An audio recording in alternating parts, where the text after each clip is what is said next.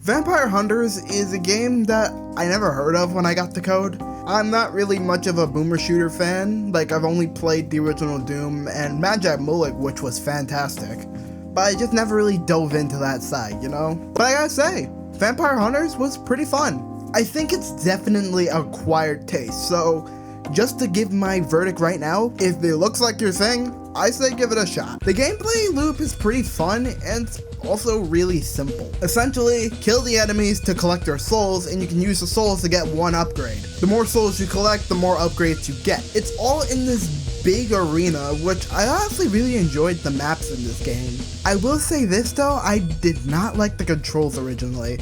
They took a lot to get used to. And that's mainly because I don't like that it automatically has like the slowest movement while also having auto fire automatically on. You can turn it off thankfully, which I did immediately, but I kept the auto fire on for the secondary weapon, which honestly, for the secondary weapon, I actually prefer auto fire on.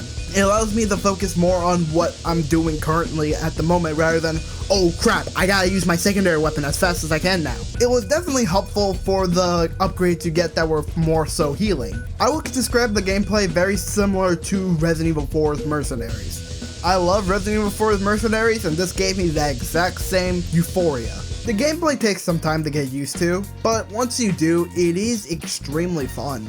Will say this though, I don't really like how you unlock other maps. I think the conditions should be more based off score rather than time.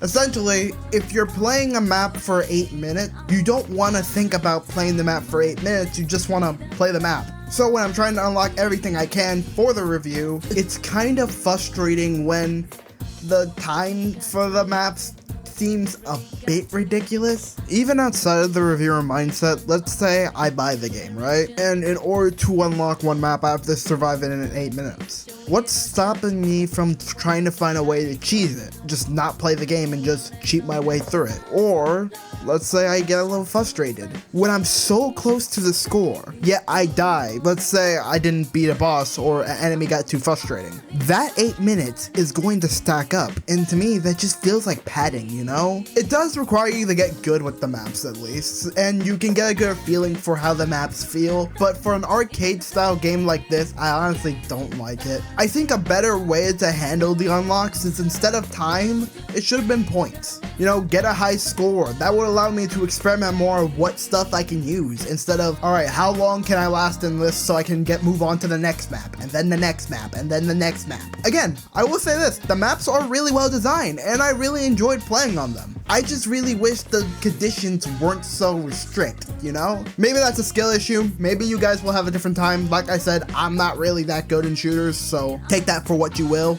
but I personally think the conditions could have been a little bit better. Visually, the game gives off a lot of old 3D computer game vibes. Think something like Half-Life, for example. I liked how they looked, honestly, and I think all the levels had such a unique look that it made every level feel so fresh. I didn't really like the music that much though, I will be honest with that. There were some tracks that were pretty good, but overall the music is just not for me. Nothing that serious though. When I'm usually playing these more arcade type games, I usually just throw on my own music, so it doesn't really matter. Hell, you might do the same thing when you're playing this game, I don't know. Either way, I think the audience for this game is someone who's looking for like that old classic boomer shooter vibe, but with a unique enough twist to make it feel fresh. And I think this game will definitely feed that to you.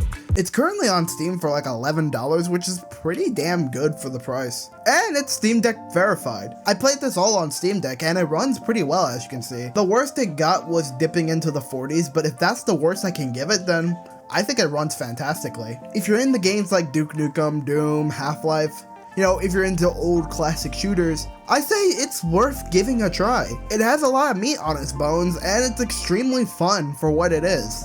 So yeah, give Vampire Hunters a shot. It's really fun and I really enjoyed my time with this. Thank you Vampire Hunters for the code, thank you Grown Up Gaming for this opportunity, and I'll see you guys next time.